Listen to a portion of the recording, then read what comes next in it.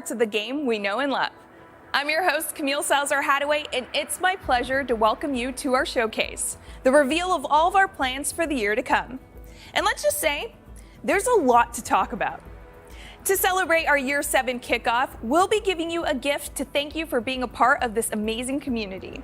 It's an exclusive charm you'll only be able to get here, and it's only available for the next 24 hours. Keep an eye out during the show for the code displayed on screen. Now, let's get to it. To present our Year 7 roadmap and talk about the future of Rainbow Six Siege, here's our Creative Director, Alexander Karpazes, and Business Strategy Director, Mohammed Benhanada.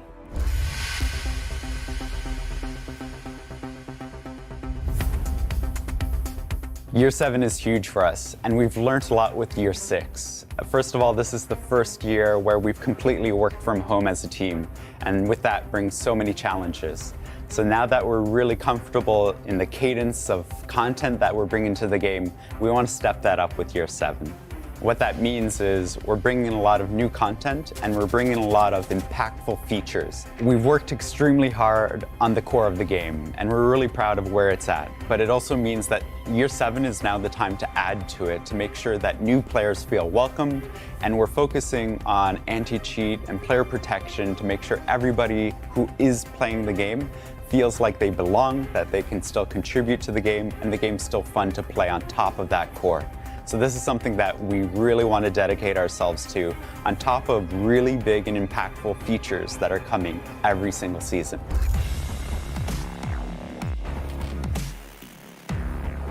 So for Year 7, we'll be bringing 4 seasons as usual and a new operator each season. First off, in Year 7 Season 1, we'll be heading to Japan, so a country that we already visited but that we love. In Season 2, we'll be heading back to Europe, in Belgium more specifically. In Season 3, we'll be heading back to Asia in Singapore. And in Season 4, we'll be heading to South America in Colombia. We're really excited this year. We'll be bringing new maps to the game.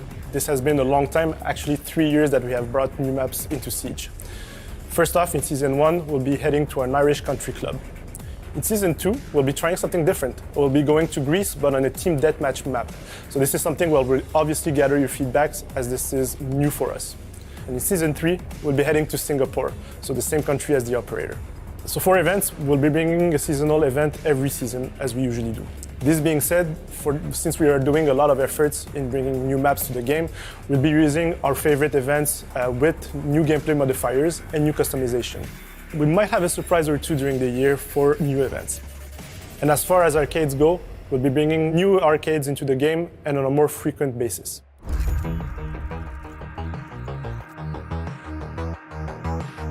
We know that a lot of players like the one-stop purchase that was the Year Pass. This is why we're bringing it back for Year 7. So there will be 2 versions of the Year Pass, the Year 7 Pass and the Year 7 Premium Pass. These will give you the access to the 4 operators in early access like before, exclusive customization, and access to the 4 Battle Pass or the 4 Premium Bundle Battle Passes. So this is something that will be available for a time-limited period up until March 21st. For the Battle Pass, our goal is to keep improving it season after season. What you saw last season with the Premium Bundle, where we added 20 tiers, is just the beginning. For Year 7 S1, we have a lot of improvements coming up. First off, the Battle Pass is going to last all the way up until the end of the season, so that you will have more time in order to have the rewards that you want. Secondly, the challenges are going to be lasting all the way up to the end of the season, so you'll have more time to complete the challenges and progress faster inside of it. Lastly, we're adding something new to the Battle Pass called the Bravo Packs. This is a new type of pack that will feature premium curated list of content, but also with no duplicates at all. This is the first couple of improvements that we have coming up for the year on the Battle Pass, so stay tuned for more during the year.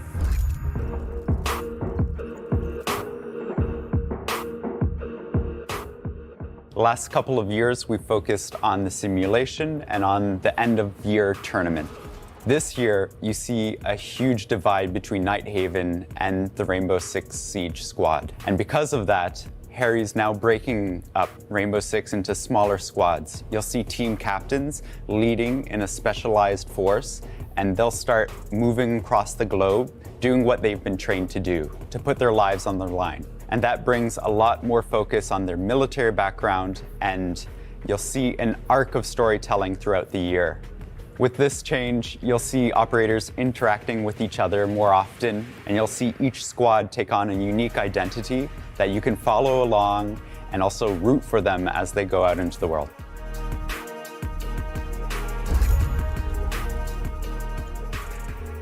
The protection of our community is important and key to Siege. We are continuously looking on ways to improve it and to make the game more accessible to have the best experience possible. Our dev team has more to share.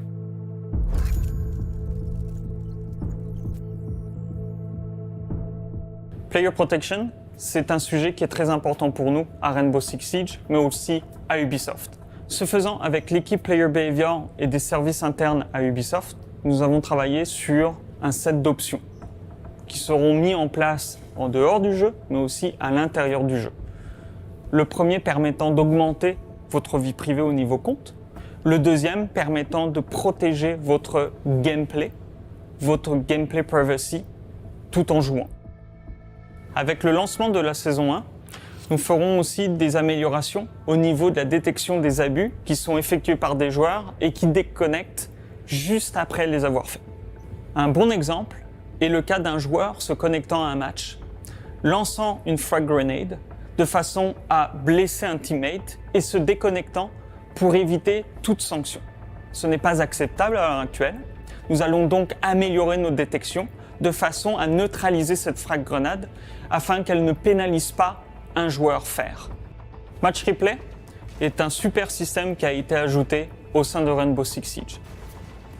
Nous avons entendu la communauté sur le fait de pouvoir reporter des joueurs générant de la toxicité ou du cheating au sein de notre jeu via le match replay. Ce faisant, nous allons ajouter des options de reporting où les joueurs pourront signaler tout joueur ayant des comportements perturbateurs ou des cas de cheating directement à notre équipe. Depuis bientôt 1 an, nous avons effectué un shadow deployment du Reputation System. Durant l'année 7, c'est là où nous allons commencer à mettre en place un rollout de notre système de réputation par phase. La première phase et les phases subséquentes seront tournées autour des préventives sanctions. En saison 2, nous allons nous attaquer aux récidivistes qui abusent du friendly fire, mais aussi du reverse friendly fire. La résultante de cette sanction est induite par le fait de ne plus pouvoir faire de friendly fire à travers un match sur une durée long terme. Nous allons appliquer ce système-là aussi au voice chat, mais aussi au chat écrit, ce qui nous permettra d'aller bloquer les récidivistes. Une personne se trouvant sous cette sanction-là ne pourra plus utiliser les canaux de voice et de written chat. Elle n'est pas appliquée pour un match et enlevée pour le match suivant, mais elle va se transposer sur plusieurs matchs. Avec la saison 3, nous ferons l'introduction du Reputation Score en mode bêta auprès de nos joueurs. Via cet affichage de Reputation Score, nous souhaitons commencer un pré-onboarding qui permettra à nos joueurs de savoir comment ils sont perçus par le système, mais aussi par rapport aux autres joueurs. Ainsi, ils auront un Reputation Score qui leur seront appliqués avant une activation complète. Et avec saison 4, le nouveau Reputation System. À partir de ce moment-là, un système de récompenses et de sanctions commencera à être déployé. Pour un joueur ayant une mauvaise réputation, il pourrait se trouver en phase de game mode restreint, de malus au niveau des alpha packs, etc., de ne plus avoir accès aux test serveurs, etc. On veut cependant que les sanctions qui sont appliquées auprès d'un joueur soient vraiment reliées à son behavior. Donc une personne qui initie du friendly fire se trouvera avec des sanctions reliées au friendly fire et non pas des sanctions reliées au malus de renown. Tous les sujets autour du player behavior, des comportements perturbateurs et de l'anti-cheat sont des sujets complexes. Il n'y a pas une seule solution, ce sont beaucoup d'itérations et c'est quelque chose sur lequel nous voulons travailler activement et c'est une priorité pour Rainbow Six Siege.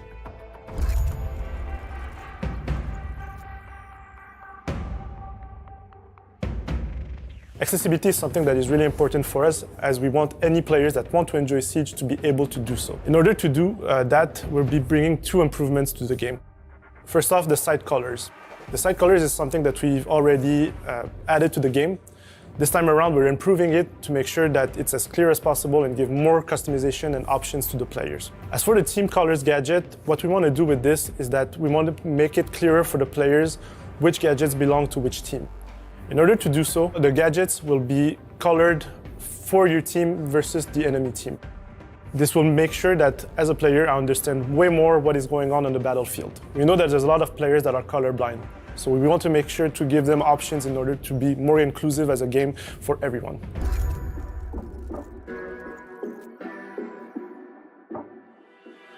Donc en ce qui concerne la visée, c'est plus dur de viser et de contrôler avec une manette par rapport à un clavier souris. Donc là, aujourd'hui, on a très peu d'options pour le joueur. Donc pour avoir plus de flexibilité et de confort, donc ce qu'on veut, c'est rajouter une gamme d'options pour le joueur afin qu'il puisse tweaker, paramétrer comme il veut sa manette. Donc pour donner des exemples simples, donc déjà, on veut séparer les réglages entre juste regarder et la DS. Donc ça, le joueur peut paramétrer différemment les deux cas, mais aussi, par exemple, de pouvoir paramétrer les vitesses de rotation. Donc, par exemple, verticalement et horizontalement. Par rapport au recall, on veut davantage personnaliser les recalls sur console.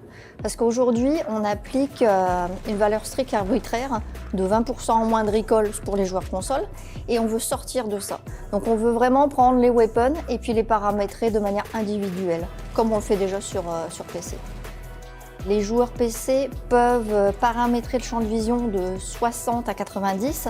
Par contre, sur console, les joueurs sont bloqués à 60 et n'ont pas de possibilité de pouvoir jouer avec ce chiffre.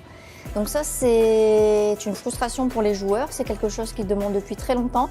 Donc je suis contente de dire qu'on est en train de travailler dessus. Et donc là, ça va offrir plus de confort pour le joueur, parce que finalement, ça va élargir le champ de vision pour le joueur. Donc ils vont pouvoir avoir plus de choses, d'éléments autour d'eux. Et donc, c'est un réel avantage pour le jeu. Siege is in constant evolution. It is important to create an environment where new players can learn the game we all love. Let's find out more about the dev team's vision of gameplay, balancing, and onboarding.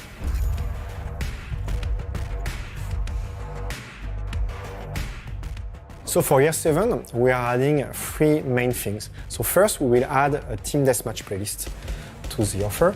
Then we will revamp the rank experience and also add the permanent arcade playlist. Today, the team is not very happy about 2 things on rank. First, it's seen by the player as a progression system, that you should progress in terms of ranks, but in fact the system is trying to guess your rank as fast as possible, and it's not at all a progression. We want to fix that. If I take the experience of an average bronze player, he will start after his placement matches probably in silver or low silver, and then he will gradually go back to bronze and maybe low bronze, and it's not necessarily a very rewarding experience. With the new system, he will start in copper and will always go up until he reaches his bronze, and maybe, since he will play more, on the time being, he will get stronger and maybe reach silver or might reach gold. So we want everybody to be able to progress from the start to where they belong. Also, this playlist is supposed to be the ultimate competitive experience, but today the reward is only 1 charm per season and it's a bit lackluster. So first, we are improving 2 things for the reward. The number of rewards you will get, that will increase by a lot, and also the way you get them. So the way you get your reward, right now, it's a bit strange, because if you are platinum, you won't get the copper charm.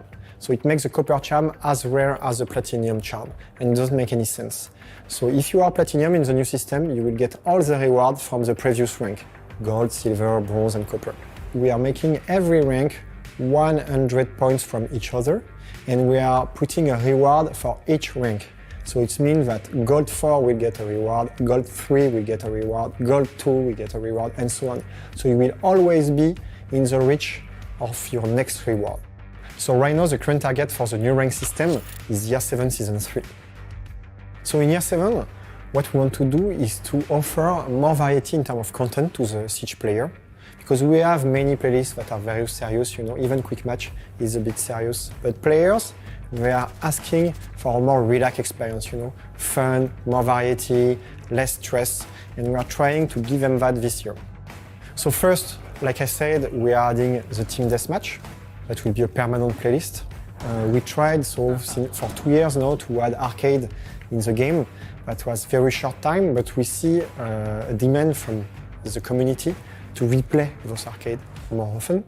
So we decided to create a playlist where you will have the different arcade that we've created rotating every week. And of course, we will be adding more as the season progresses, and we will always listen to the community depending on the ones that are their favorite or the one that they like less. This year, I think it's going to be very exciting because between the new way to play Siege with the Team Deathmatch and the arcade and the new rank mode that will really create a competitive journey every season, I think it's one of the most exciting years for playlists.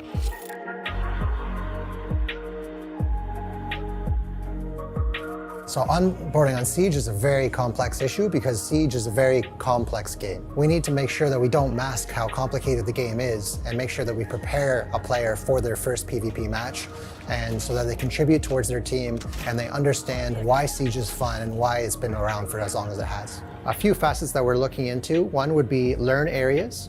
So the first of which would be at the shooting range. So these are playable spaces that the players can enter. Players are actually getting hands-on in these learning experiences without the pressure of being within a match. Another element is help systems. So these help systems will be supportive elements that we are going to provide for players. The first of which for help systems is the operator tips. Operator Tips is a new system where players are going to be able to bring up information about an operator or secondary gadgets. And not only can you read, but you can also watch and learn how to pull off those different gadgets and how to be using those abilities in your favor and to help you contribute towards your team. We're also looking at new ways to introduce Siege to players, whether they're new to Siege entirely or whether they're returning. Playable tutorials that players can get their hands on. For example, there's a lot of different elements that we do not introduce in situations, such as droning. We need to do better at preparing players for the elements that they're going to be finding when they get into PvP, so that way we can reduce any kind of confusion they may be occurring and helping them relate to the situation they find themselves in. Furthermore, we want to provide rewards that are very interesting for players that are new to Siege, because we do know that some of the systems, the progression systems that we have in Siege are really geared towards experienced players and don't offer a lot of utility or interest for players that don't have a lot of operators or don't necessarily have the ability to equip the cosmetics that they're earning by playing in our progression systems.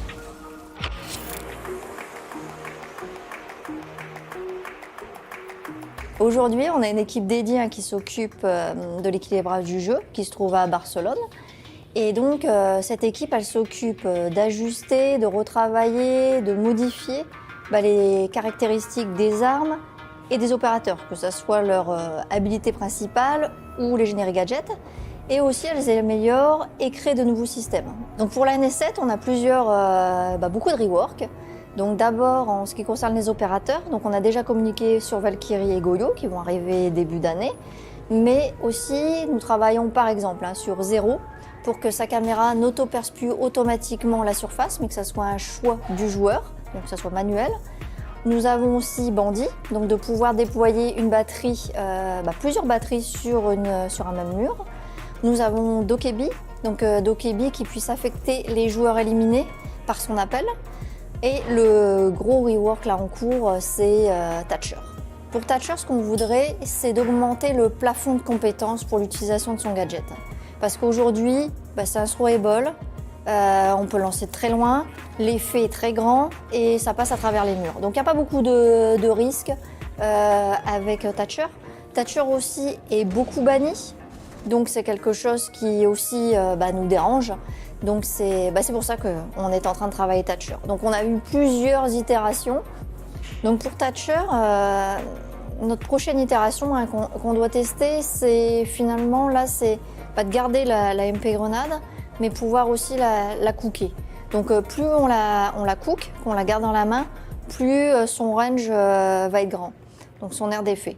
Donc ça met un petit peu plus demande un peu plus de compétences. Donc l'équipe balancing travaille également sur un générique gadget, donc qui est une EMP grenade.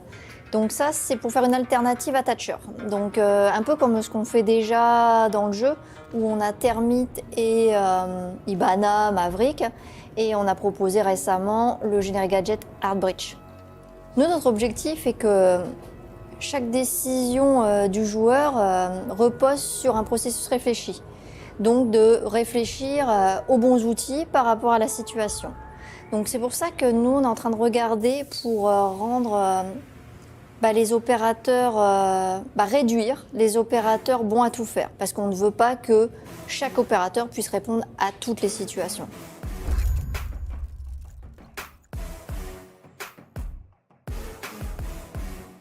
Unfortunately, we're going to be postponing crossplay and cross-progression. In order to ship all the content that you've just seen, crossplay and cross-progression is going to be taking a little bit more time. Also, the technological transition that we need to do as a live game that has 6 years of life behind us is taking a little bit more time than expected. Therefore, crossplay and cross-progression is going to be shipping towards the end of the year. I'm really, really proud of the work that's being done in order to ship all of this content. Whether you're a casual player that plays couple times during the season, or that you're a pro player that plays every day and thousands of hours, we want Siege to be something that is inclusive and that everyone can enjoy in their different pace. Actually, this is probably the biggest year that Siege ever has. And when we made the commitment that we're here to stay, this is really a showcase of it. When we're talking about onboarding, new maps, player behavior, all of this is a true testament of the fact that we are here to stay. Siege wouldn't be the same without our esports community. YENİ, esports director, is here to tell you what you can expect from the competitive scene.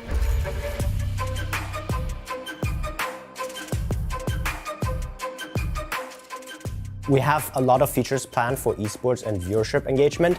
The biggest one probably for the year is going to be the free cam, or the ghost cam as some of you might know it. It is the ability to detach the camera from the operators and roam the entire map no matter where the action is taking place. This should be possible for both the caster cam as well as during the replay functionality.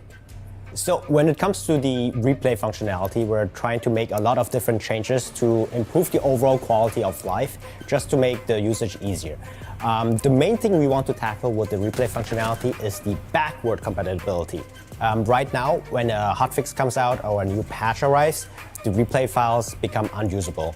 In the future, we want them to have at least a shelf life of the entire season, so you don't have to re-download a client to watch previous replays.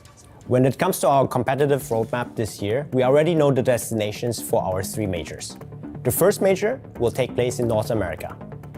The second major in August, we're heading to either Europe or maybe the Middle East. And the third major in November will take place in Asia Pacific. Our team has also been making long-term plans in terms of the 6th Invitational. We know that starting in 2024, the SI will travel the world. However, there is a chance that we begin this progress already in 2023, so stay tuned and see where the SI will take place next year. When it comes to R6 share, we have been working on multiple improvements across the board. The biggest one is probably the revenue share between Ubisoft and our partnered organizations. From now on, when you purchase a team item of your favorite organization, the organization will receive 50% of the revenues instead of 30%. To really recognize the contributions of our partners, we're also adding additional items to R6 share. We're doing this by expanding the number of teams in Tier 1 to 15 teams. All of them will get full operator bundles, the weapon skins, and additional MTX items. Additionally, every Tier 3 team will move into the Tier 2 category, meaning you have more ways to support your favorite teams and there will be more items overall in the esports ecosystem. With 2022, we are also adding a new customization category for R6 share, which is the operator background card. These will be included in the team bundles that you purchase, and they're flexible. It means you can use it for any of your favorite operators to represent your favorite team. So these were the high-level updates for R6 Esports in 2022, but we have a lot more information coming up on our website and our social media channels. Wow, we've covered so much for this new year, and we can't wait for you to get your hands on all the content to come. Before we end the show, here's our creative director, Alexander Karpazes, for a final word.